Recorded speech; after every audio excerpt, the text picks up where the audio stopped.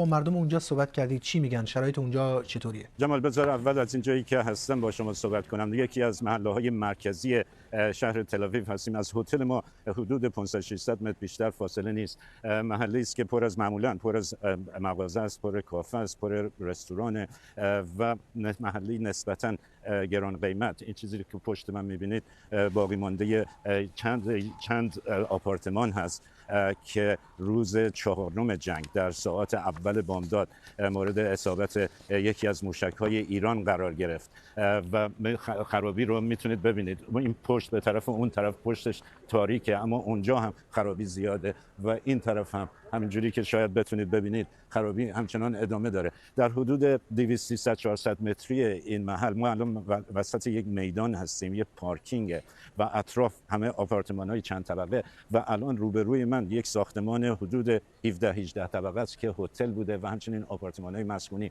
که همه پنجره‌ها داغون شده و طبقات اول و دوم و سوم هم به نظر میرسه که آسیب جدی دیدن. متاسفانه تاریکه الان، من نمیتونم شما بهتون نشون بدم، ولی این وسعت خرابی است. این یکی از محله‌هایی که مورد اصابت قرار گرفت در این جنگ 12 روزه در تل‌آویو.